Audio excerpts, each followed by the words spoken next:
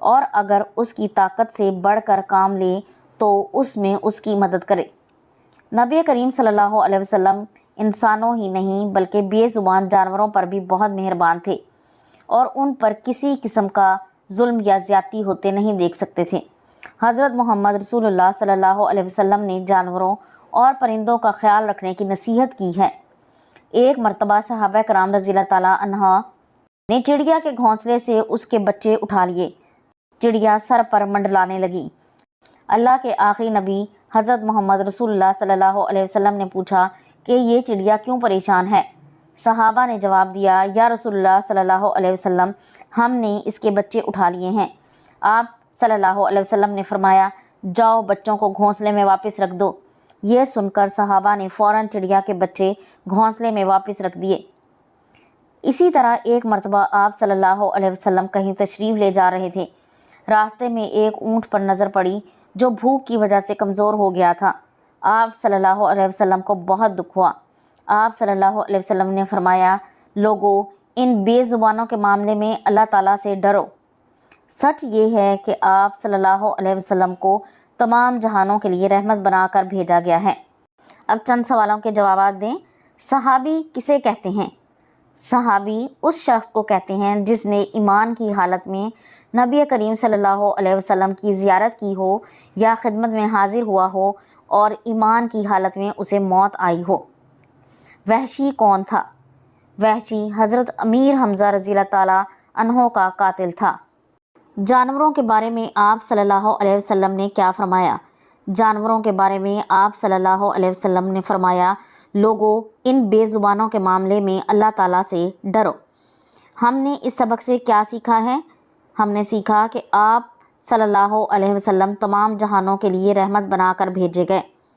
نبی کریم صلی اللہ علیہ وسلم عفو و درگزر کا بہترین نمونہ ہیں۔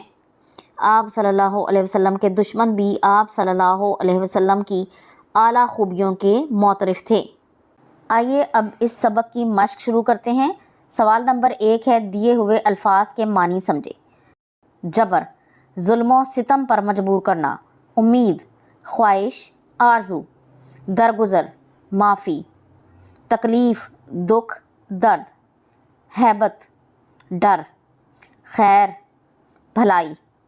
ملامت کرنا، ڈانٹ ڈپٹ کرنا، برا بھلا کہنا۔ منڈلانا، چکر لگانا۔ نیچے کہا گیا ہے کہ ان الفاظ کے جملے بھی بنائیں تاکہ آپ کو ان الفاظ کے معنی اور ان کا استعمال اچھے طریقے سے سمجھ میں آ جائے۔ تو چلیے آئیے ان الفاظ کے جملے بناتے ہیں۔ جبر، کشمیریوں کو خوف اور جبر سے آزاد زندگی گزارنے کا پورا حق ہے۔ امید، مشکل وقت میں امید کا دامن ہاتھ سے نہیں چھوڑنا چاہیے۔ درگزر، حضور صلی اللہ علیہ وسلم کی زندگی درگزر کے واقعات سے بھری ہوئی ہے۔ تکلیف، آپ صلی اللہ علیہ وسلم کسی کو تکلیف میں نہیں دیکھ سکتے تھے۔ ہیبت، کافروں کے دل مسلمانوں کی ہیبت سے لرز رہے تھے۔ خیر، ہمیں اپنی اولاد کے لیے خیر کی دعا کرنی چاہیے۔ ملامت کرنا، آپ صلی اللہ علیہ وسلم نے فرمایا، آج تم پر کوئی ملامت نہیں، جاؤ تم سب آزاد ہو۔ منڈلانا، کیڑے مکوڑوں کا کھانے پینے کی چیزوں پر منڈلانا سب کو برا لگتا ہے۔ نمبر 2، کالم الف میں دیے ہوئے الفاظ سے متعلقہ جملے سبق میں سے تلاش کر کے کالم بے میں لکھیں۔ ہیبت، ان کے دل مسلمانوں کی ہیبت سے لرز رہے تھے۔ مشقت، اپنے غلام اور خادم سے ایسی مشقت نہ لے جو اس کی طاقت سے بڑھ کر ہو۔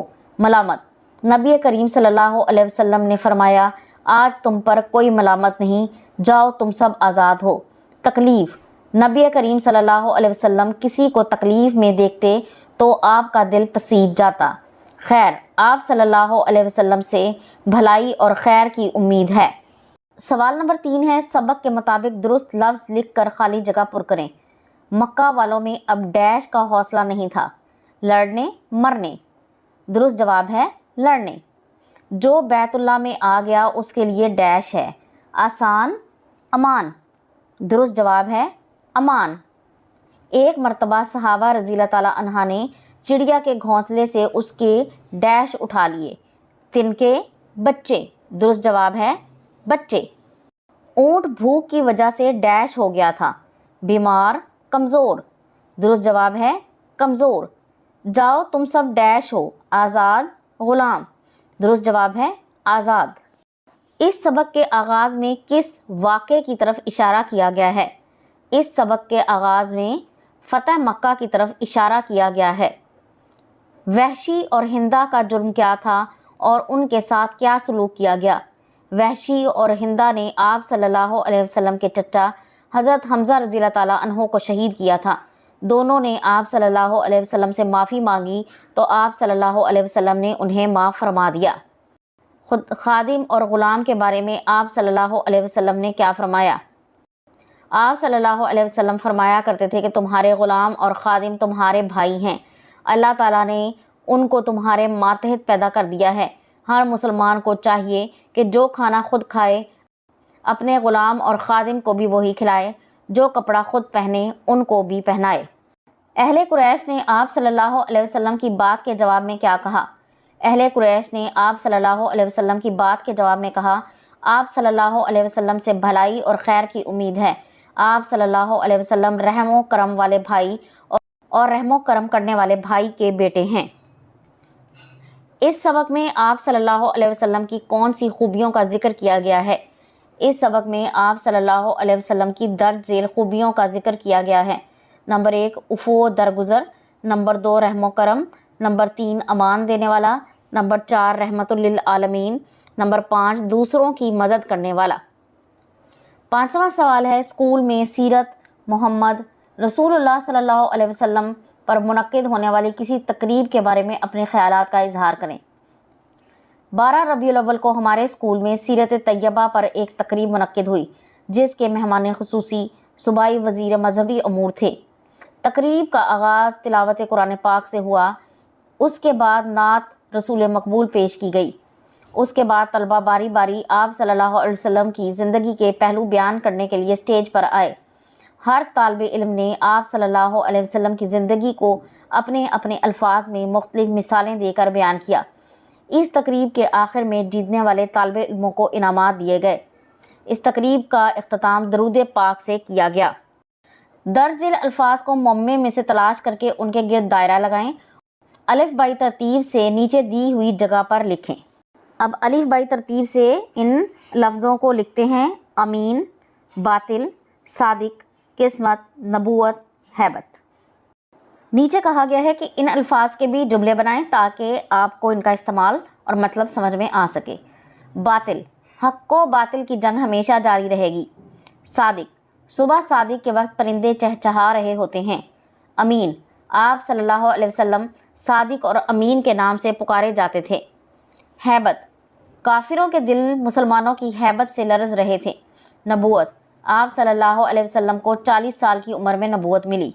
قسمت، غیر سنجیدہ آدمی محنت کرنے کی بجائے قسمت کو کوستا رہتا ہے۔ اب گرامر کا پورشن دیکھتے ہیں۔ وقفہ، جب کئی لفظوں کے درمیان سکتے کا استعمال ہوتا ہے تو آخری ٹکڑے سے پہلے جملے کی طوالت قدرے بڑھ جاتی ہے، چنانچہ ایسے موقع پر وقفہ کی علامت استعمال کی جاتی ہے۔ جیسے یہ مثالوں میں دیکھیں: خلوص، محبت، ہمدردی، یہ 3 الفاظ ہو گئے اور اس کے بعد جملہ کافی لمبا ہو گیا تو یہاں پر ہم نے وقفے کا استعمال کیا ہے۔ یہ سب خوبیاں خالد میں موجود ہیں۔ وادی مری، وادی کاغان، وادی نیلم پاکستان کی خوبصورتی میں اضافہ کرتی ہیں۔ یہاں وادیوں کے نام کے بعد وقفہ لگایا گیا ہے۔ جملوں میں مناسب جگہ پر وقفے کی علامت لگا کر جملے دوبارہ لکھیں۔ تو اب آپ ان جملوں کو غور سے دیکھ لیں کہ کیسے لکھے گئے ہیں۔ ٹوٹ بٹوٹ کی موٹر کار، ٹوٹ بٹوٹ نے کھیر پکائی، ٹوٹ بٹوٹ ایک افسر ہے، یہ سب صوفی غلام مصطفیٰ تبسم کی مشہور نظمیں ہیں۔ موتیا، گلاب، گیندا، سورج مکھی باغ میں اپنی بہار دکھا رہے ہیں۔ مارخور، ہاکی، چکور ہماری شناخت کا حصہ ہیں۔ وعدہ خلافی، جھوٹ، بددیانتی، ان سب باتوں سے وہ دور بھاگتا ہے۔ درست جواب کے گرد دائرہ لگائیں۔ کسی جملے میں جب بات مکمل ہو جائے اور ٹھہراؤ بھرپور ہو تو درج ذیل علامت لگائی جاتی ہے: سکتہ، ختمہ، وقفہ، واوین۔ درست جواب ہے ختمہ۔ اردو، قرآن، عشاء مثالیں ہیں: اس میں معرفہ کی، اس میں نکرہ کی، اس میں عام کی، اس میں ضمیر کی۔ درست جواب ہے اس میں معرفہ کی۔ اس علامت کو کیا کہتے ہیں؟ ختمہ، وقفہ، سکتہ، سوالیہ۔ درست جواب ہے سکتہ۔ کسی بھی عام چیز، جگہ یا شخص کے نام کو کہتے ہیں اسم ضمیر، اسم معرفہ، اسم خاص، اسم نکرہ۔